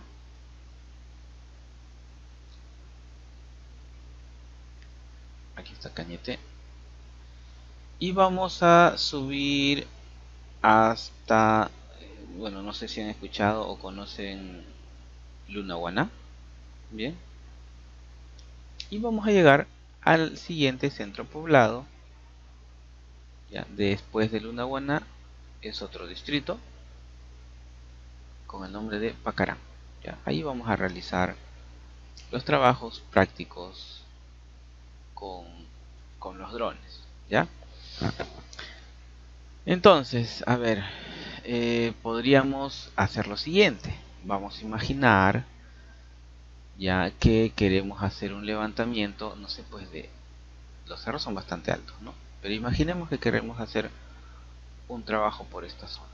Ya, nosotros vamos a trabajar en la carretera, también en el área agrícola, ya. Pero imaginamos que, digo, imaginamos o vamos a ver dependiendo del tiempo y las ganas que tengan ustedes para trepar cerro, ya, para poder de repente realizar un vuelo. Lógicamente no lo vamos a hacer, no teniendo el dron, debemos evitar ir a lugares inaccesibles. Entonces, suponiendo que querramos hacer el vuelo con el dron por aquí, lo que debemos hacer nosotros es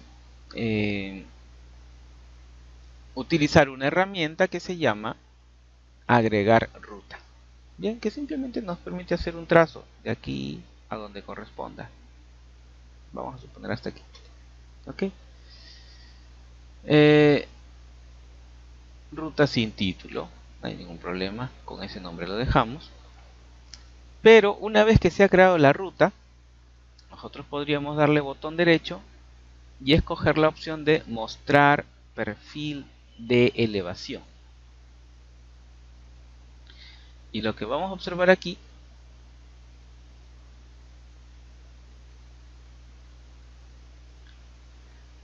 es el perfil de este trazo.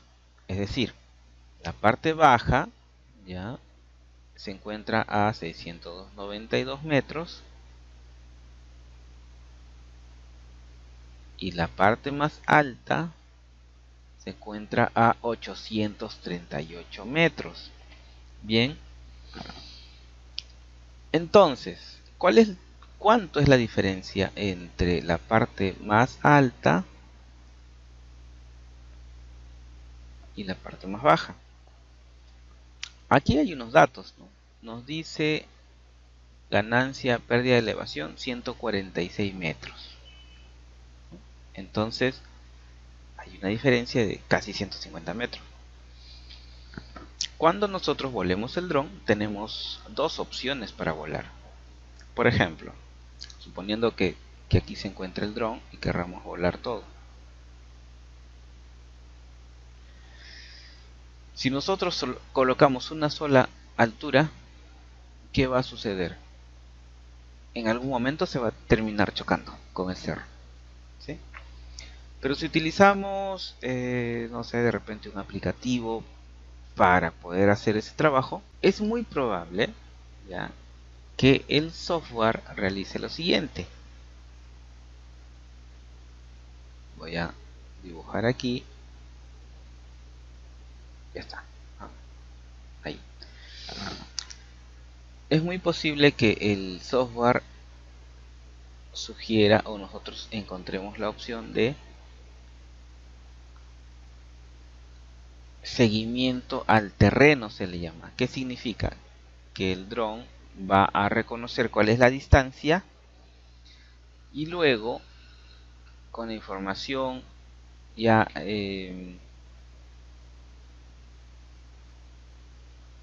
cargada al dron, bueno, en realidad es al control remoto del dron, podemos indicar que realice un seguimiento al terreno, es decir, va a bajar y va a subir respecto a la forma que tenga el terreno. ¿Ya? Ese trabajo se le llama seguimiento al terreno. El dron va a volar de acuerdo a las variaciones que existen en la topografía. Ya, esta es una opción bastante útil y bastante utilizada. Ya está. Listo.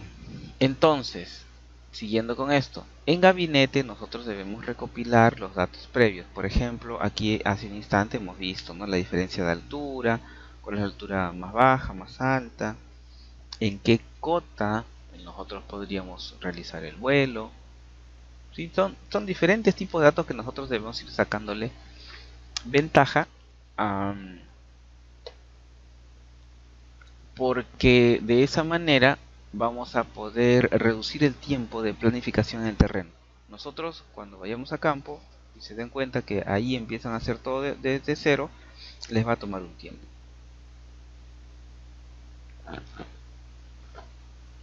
Lo mejor es prepararlo,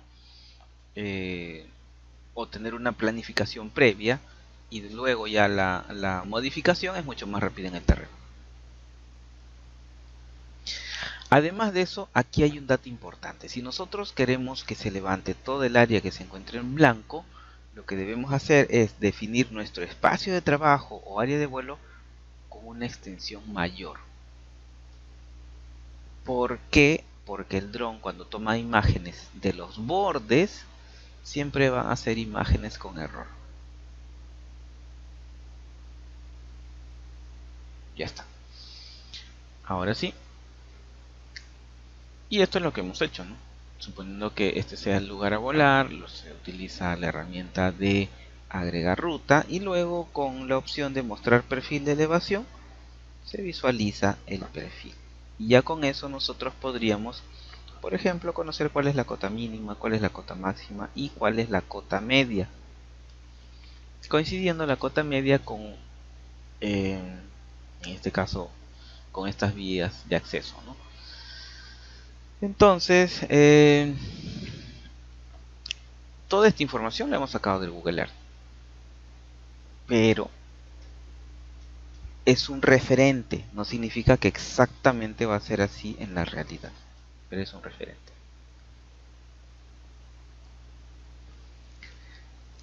Seguimos. Se debe planificar el vuelo, definir parámetros, altura de vuelo, traslape de fotos, GSD.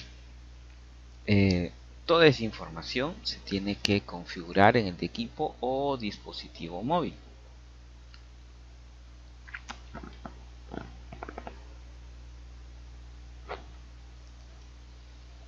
Siguiendo con la preparación de equipos, nosotros tenemos que el Phantom, bueno, el Phantom es este de color blanco, puede tener cámara RGB o puede tener cámara multiespectral.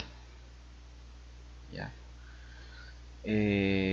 La preparación de equipos también corresponde a identificar qué es lo que vamos a utilizar: un sensor topográfico, una cámara topográfica, perdón, una cámara que nos permita realizar los trabajos topográficos, o una cámara multiespectral que nos permita realizar análisis de agua, suelo, vegetación, o quizás unas cámaras termales, ¿no?, que nos permitan identificar otras características del terreno.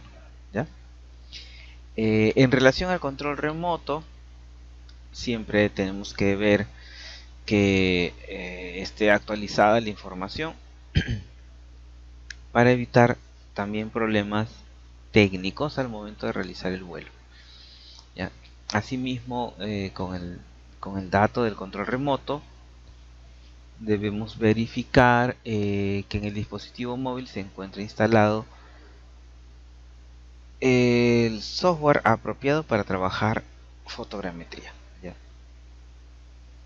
Ese software puede ser, por ejemplo, el Agisoft Metashade, o puede ser el Pix4D Mapper. ¿Ya? Y finalmente se tiene que ver, ¿no? El piloto que va a ir a campo tiene que utilizar los EPPs correspondientes, y el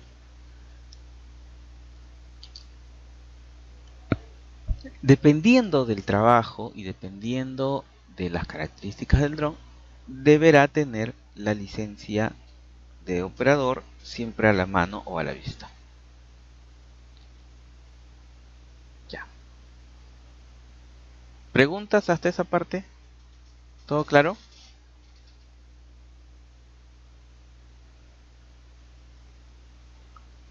Ok. A ver, entonces, si continuamos con el flujo de trabajo, ah, gracias Álvaro.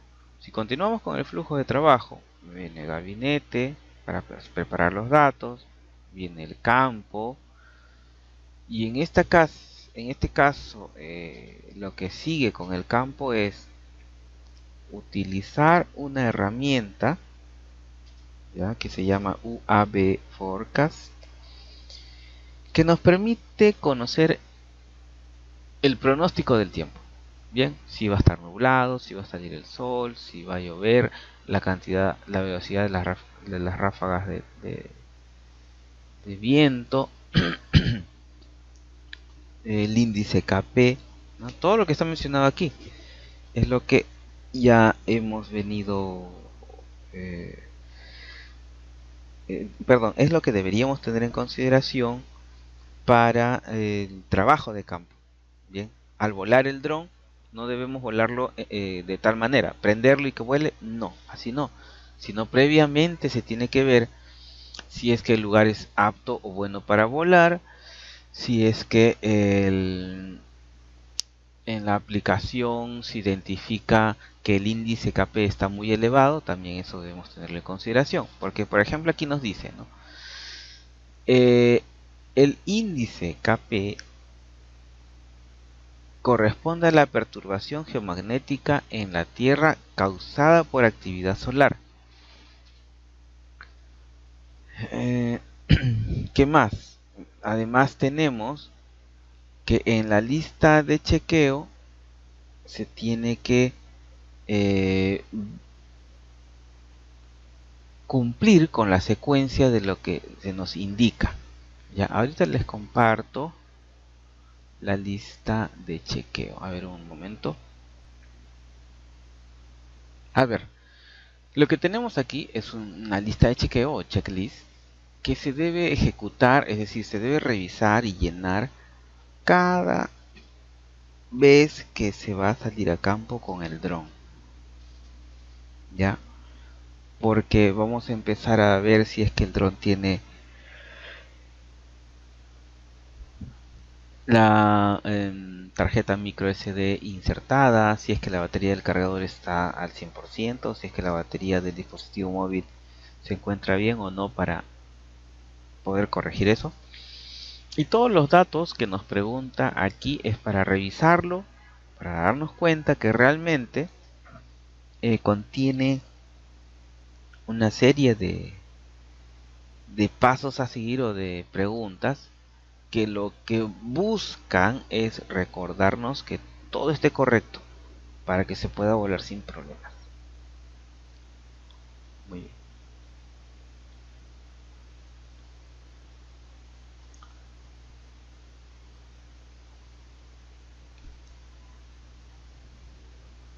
Ya. A ver. Allá. Entonces, luego que ya vayamos a campo, lo que debemos hacer es verificar lo que habíamos trabajado en el Google Earth, ¿no? Es decir, en el Google Earth nos dijo que estaba la cota media a cierta distancia. Podemos en base a ello planificar y ejecutar en campo el plan de vuelo si no hay ningún problema, tal cual lo hemos definido en gabinete. Pero si vemos que existen, por ejemplo, cables, torres de alta tensión que podrían traernos problemas, lo que hacemos es ajustar el plan de vuelo y ejecutarlo ya en campo.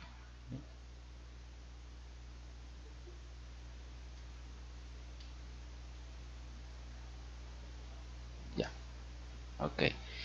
Como parte del flujo de trabajo también se tienen que establecer coordenadas, ¿no? Que estas coordenadas pueden ser con los GPS diferenciales para establecer puntos de apoyo fotogramétrico y también los puntos de chequeo que pueden ser con los puntos de control terrestre. Ya está.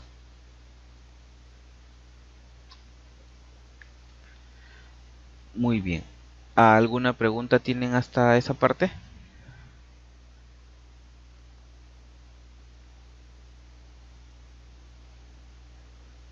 Ok, seguimos entonces. ¿Cuáles son las consideraciones para planificar un vuelo? Estamos hablando de elaborar un plan de vuelo fotogramétrico con RPAs. ¿Ya?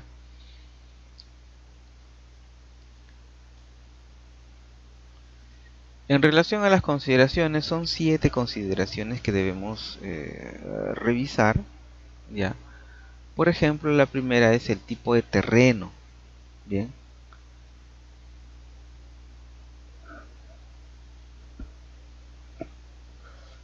Si el terreno es plano o muy accidentado, el vuelo debe planearse diferente. Sí, depende mucho de las características del lugar. El punto de partida es importante para que el alcance del dron permita eh, permita llegar a los puntos más alejados del polígono de vuelo.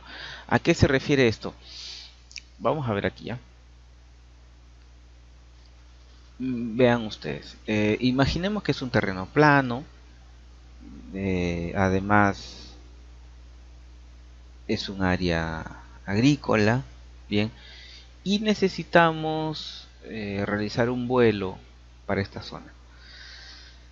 Eh, la pregunta sería cómo abordamos ese terreno, ¿no? Entonces nos podríamos colocar al medio, de tal manera que el, eh, cuando salga el dron para poder iniciar su trabajo de levantamiento, al habernos colocado nosotros al medio, se va a dirigir hacia una esquina y va a empezar con el vuelo de manera mejor distribuida, ¿ya? Y cuando se le acabe la batería o esté por regresar, bueno, va a realizar un menor recorrido, ¿no? Porque nosotros nos encontramos al medio. Si estuviéramos hacia un extremo, el recorrido de regreso sería mayor, ¿ya? Eso. Y lo otro son las direcciones de las líneas de vuelo. Nosotros no podríamos en este momento decir si está bien o si está mal, porque aquí está faltando la información topográfica. Eh, solamente tenemos ese polígono, pero no sabemos qué hay detrás. No sabemos si es una zona con topografía accidentada o lo de arriba igual. Entonces eso es lo que tenemos que también chequear, ¿ya? O mejor dicho, tener en consideración qué es lo que vamos a levantar y ya en el terreno cerciorarnos de si esa planificación que hicimos estaba bien o no. Lo segundo son las apps que se pueden emplear. Existen diversas apps, ¿ya? Que permiten generar planes de vuelo. La mayoría de estas aplicaciones se pagan. Entonces, tenemos que identificar aquella que nos permita hacer los vuelos fotogramétricos y que probablemente ya viene instalado en el control remoto. De no ser así, bueno, habría que ver el periodo de evaluación o en su defecto comprar ese aplicativo, ¿ya?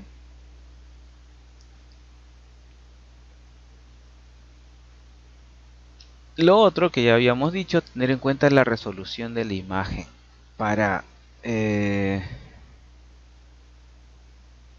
para poder entender, perdón, para poder reconocer cuál sería la aplicación para ese conjunto de imágenes, ¿no? si va a ser la delimitación del área campesina, pues no amerita mucha resolución, ¿no?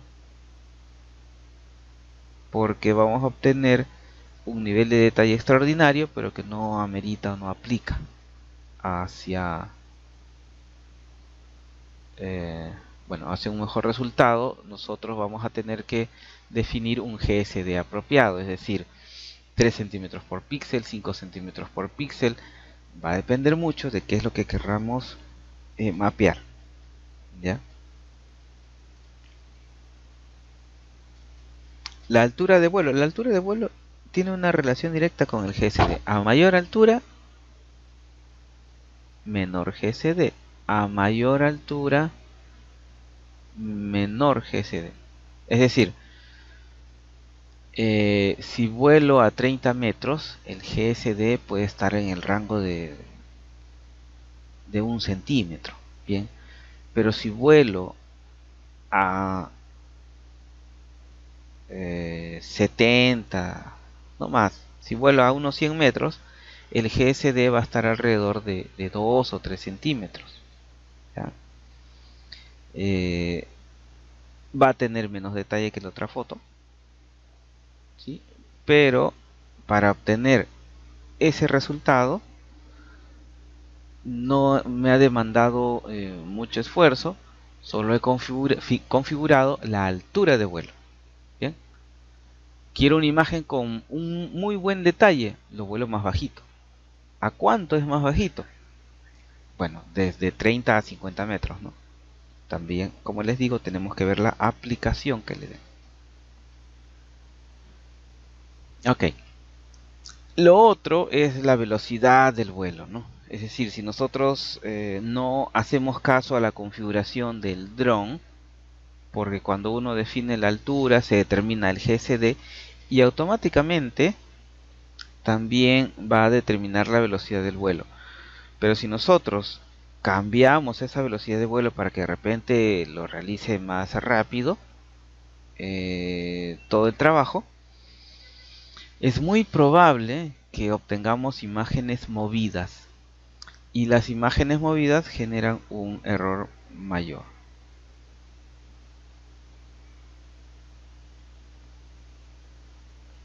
Entonces, al configurar al dron con velocidades muy rápidas, va a terminar tomando imágenes que no son muy nítidas y que pueden comprometer el nivel de precisión del trabajo final. En relación a la superposición o traslape, aquí el software nos indica, perdón, nosotros debemos indicar en el software de planificación de vuelo cuánto queremos que se superponga. Por lo general, y está ahí resaltado en rojo, que el recubrimiento longitudinal, es en la línea de vuelo, el recubrimiento longitudinal sea al menos 80% y el lateral al menos 60%. Lugares que tienen un problema de recubrimiento van a mostrar lo siguiente. ¿Dónde está? Oh, no lo tengo. Ya. Cuando no tienen un buen traslape, se va a ver un hueco en las imágenes o huecos en las imágenes. ¿Ya? El ángulo de inclinación de la cámara también es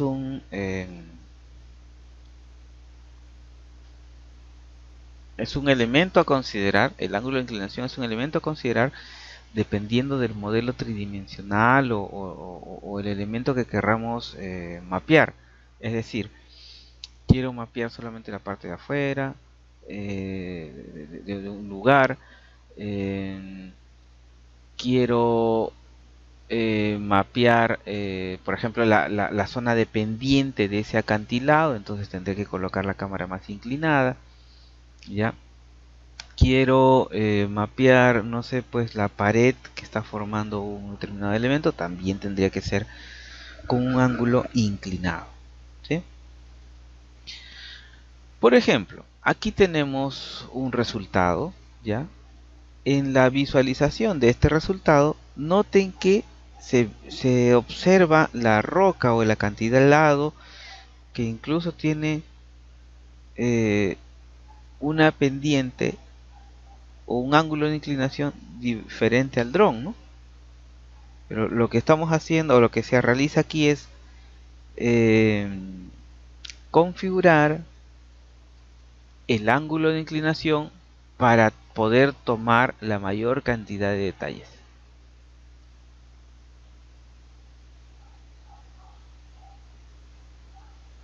Listo.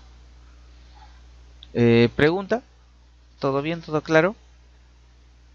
Recuerden que son 7 consideraciones a tomar en cuenta para los vuelos, ¿ya?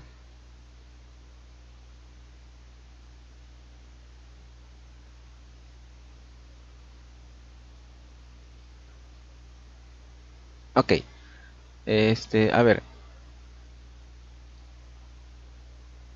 vamos a vamos a hacer una pausa. No sé si están ahí todavía porque no los escucho. Ah, ya, sí, al menos reaccionó ahí al Álvaro. Ok, perfecto. Ya, listo. Entonces, existen errores comunes ya al momento de planificar un vuelo fotogramétrico. Ya, después de revisar toda esta parte teórica, antes de pasar a lo que vamos a realizar en la práctica, yo tengo ya algunas preguntas para ustedes, ¿ya? Pero, por ejemplo, existen errores comunes al momento de planificar un vuelo fotogramétrico. La falta de traslape. Hace un instante hemos visto que el traslape es necesario, ¿no? Que se genere entre 80 y 60 metros, ¿no? El traslape longitudinal. El traslape longitudinal no es nada más que, a ver un ratito, si, ya, imagínense, esta es la aeronave, ¿no? Ya imagínense que partió desde por aquí, ya, ahí está, la aeronave. Al momento que parte asciende, y una vez que llega a una determinada ubicación, ya, eh, sale el dron, llega hasta este punto y vamos a suponer, ¿no? Vuela por aquí, gira, esa es otra línea de vuelo, llega por allá, gira, esta es otra línea de vuelo. Entonces, en el avance frontal que haga, eso es el recubrimiento longitudinal. Pero entre una línea y otra, es decir, cuando ya el dron gira y sigue avanzando en línea recta hacia el extremo, entre una línea y otra línea de vuelo, ese es el recubrimiento lateral. ¿Ya? Siempre debe haber recubrimiento porque de esa manera nos aseguramos que cubra, siempre debe haber traslape, ¿no? Porque de esa manera nos aseguramos que cubra toda la zona de interés, ¿ya? Cuando la topografía cambia también, ¿no? Vean ustedes, genera un vacío. Muy bien, entonces la falta de traslape nos puede generar problemas. Esto se va a visualizar de la siguiente manera. Se generan huecos, se generan vacíos. O sea, una vez que se haga el procesamiento, ahora, ¿cómo corregimos eso? Es imposible, ¿no? No se puede corregir porque ya la imagen de perdón, la imagen del dron ha sido tomada. Sin embargo, la configuración para que tomen estas imágenes no se tomó en cuenta la variación de la topografía en la zona que se va a trabajar. Y al no tomarse en cuenta esa información, pues se generan fotografías que al procesarlas pues se ve un vacío, ¿no?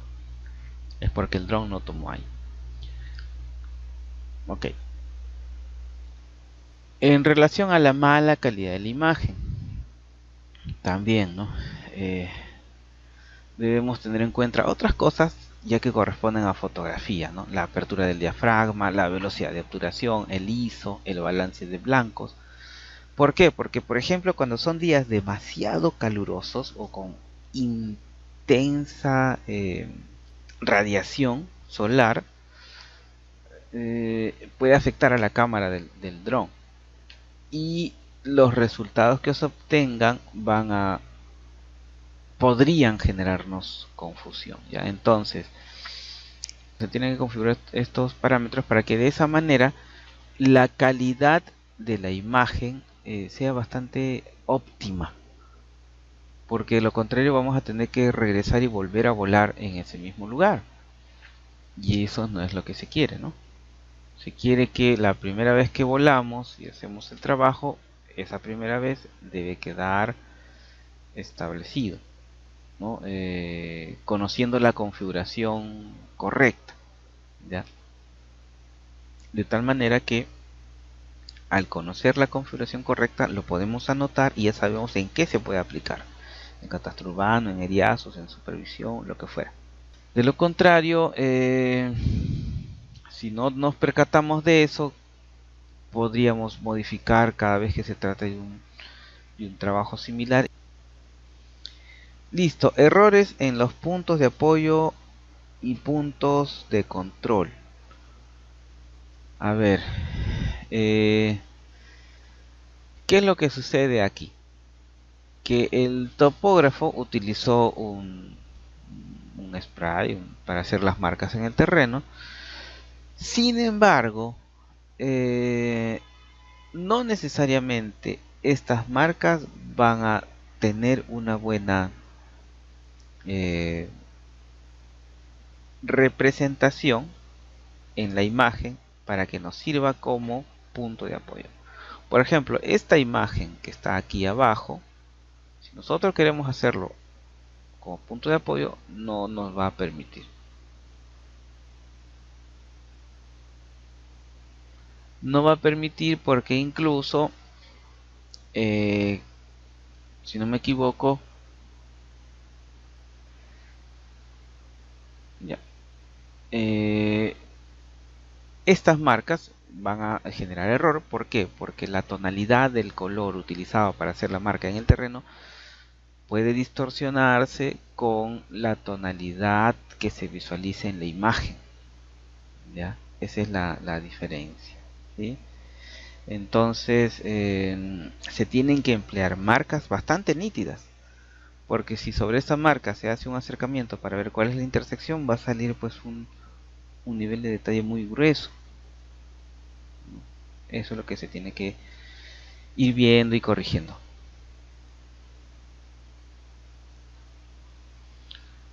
¿Cuál es lo otro que podría suceder? Que a pesar de todas las revisiones que se realice, no se pueda ver, a pesar de todas las indicaciones, a pesar de utilizar una marca correcta, entonces la ubicación también puede ser un problema. ¿A qué me refiero? Si colocamos el punto cerca de un árbol, se va a perder la visualización. Eso genera un problema, ¿no? Entonces los puntos de apoyo fotogramétrico deben estar en zonas, no solamente que sean de fácil acceso, sino que sean visibles por parte del dron, para que luego el procesamiento sea más fácil, más beneficioso para el usuario, para el operador. ¿Ya? Listo, jóvenes. Hasta ahí hemos abarcado, aquí ya termino, hasta ahí hemos abarcado gran parte de las nociones básicas y las características que nos van a ayudar a realizar un trabajo apropiado de fotogrametría. ¿Ya? Hasta ahí llegamos en la clase de hoy. Ahora,